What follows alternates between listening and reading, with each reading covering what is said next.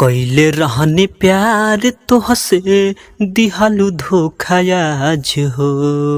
कइले रहनी प्यार तोहसे दिहालू धोखा आज हो।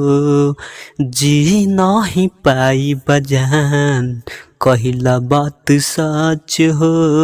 जी नहीं पाई बजान कहिला हम सच हो।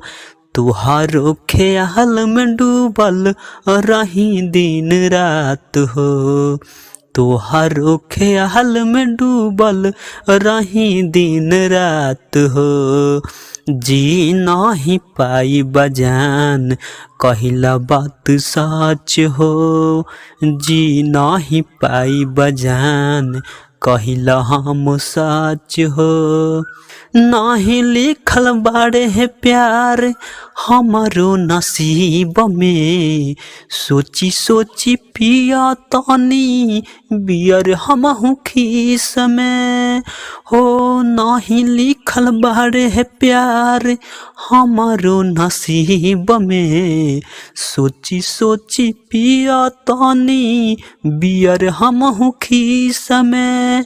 मंटू दीवाना बात कहताड़े आज हो। मंटू दीवाना बात कहताड़े आज हो।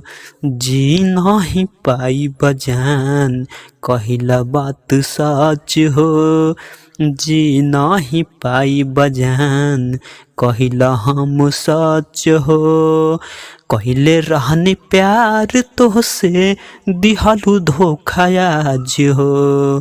कहिले रहनी प्यार तोहसे दिहालू धोखा आज हो। जी नहीं पाई बजान कहिला बात सच हो। जी नहीं पाई बजान कहिला हम सच हो।